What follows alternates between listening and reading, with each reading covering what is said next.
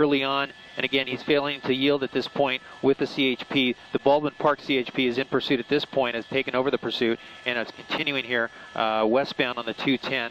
No sign of him slowing down. I'm looking up ahead at traffic. Traffic is pretty medium to light out here. It's flowing very good. There's no traffic to speak of ahead of him as far as congestion. But yeah, this is just a little bit crazy, Gil. It looks like, as you said, he's punching the cars, but then it looked like he was like playing the drums or something. Yeah, possibly. Now he looks like he's grabbing his chest a little bit there. You know, definitely strange activity in a pursuit. We've actually never seen something quite like this out of a motorcyclist in a pursuit. Yeah, there he's using the diamond lane to pass there, the carpool lane, and just riding that line. Again, the CHP I'm going to pull out and show you. Here he is approaching this truck here. Look at that. He came very, very close to that truck.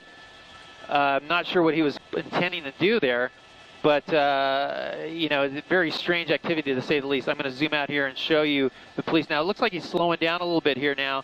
There's the CHP directly behind him. He slowed down a bit. They're talking about the fact that he did slow down. It looks like possibly he may have hurt himself pretty badly with that left hand and his watch when he punched that truck. You have to believe that it's very dangerous when you're hitting anything at 80 miles an hour. Absolutely, Sandra. We're now in the Monrovia area here on the 210, continuing 210 westbound. Again, high-speed chase here of this motorcycle coming out of the San Bernardino area. Again, this rider being very reckless. At one point, the CHP was reporting that he was doing tricks on the motorcycle during the pursuit. And again, reports of him hitting cars with his helmet. Now we've seen him actually punching cars. That looks like it has caused him some great pain there with that left hand. He's not really using it a whole lot. It's possible that he may have broken that hand. He's not able to use it. You can see something dangling from his wrist there. It looks like possibly a watch.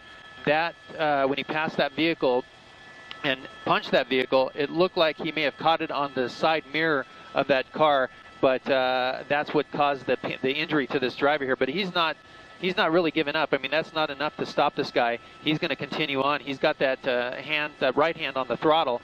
But this could be a problem if he needs to brake with both hands. Here he is looking backwards, checking to see if the police are there. And yep, they're not going anywhere. They're staying right behind you. So at this point, this vehicle, now he's slowed down a bit, coming into the Arcadia area, still in that carpool lane, going about 65 miles an hour at this point.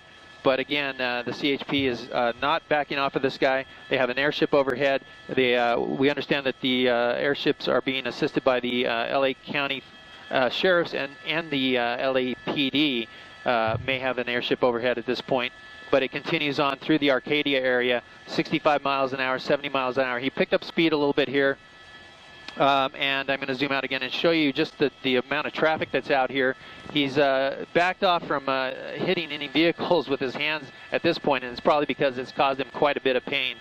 But Sandra, as you can see there, the traffic is still flowing, coming into the Pasadena area very soon here. So he's staying in that car we were hearing and continuing his pursuit here about 70, 80 miles an hour now. We saw him slow down for a time and speed up, so he's staying in that carpool lane. Now, one of the problems with the motorcycle pursuit is the CHP really can't do a pit maneuver on this without seriously, injuring the driver here. And also, spike strips may not be called for because of the nature of the vehicle here. So CHP having a bit of a difficult time. They're hoping that this guy will come to his senses and pull over. Now look at him. He's signaling with his hands. He's putting one hand up. We don't know what that means. That's the hand that he injured. He may be having some quite a bit of pain. He's holding his chest there and putting his hand up, almost looking like he's wanting to pass out there. His head dipping down. Now he's weaving a little bit in and out of the lanes. We don't know if he's playing this up, if he's just doing what he was doing earlier. We see him weaving there, but again, a very dangerous situation, not only for this driver, but for all the other drivers that are out here. This guy, we haven't seen him actually hit the cars with the helmet. I think that activity is going to stop at this point because I think he is realizing that he's in pain due to his own doing there. But again, this pursuit continuing here through the Eagle Rock area, approaching now the 2 freeway into the Glendale area. Looking up at the helicopters there, you can see him take a glance up at us to see what's going on. But again, they have airships overhead. We haven't seen super excess speeds that we see in other motorcycle chases that can, exceed 100 miles an hour. So we haven't seen this from this guy at this point. We're hearing that at most he was doing about 80 miles an hour, 90 maybe at most. But again, the CHP just staying on it through the approaching the Glendale area now at this point.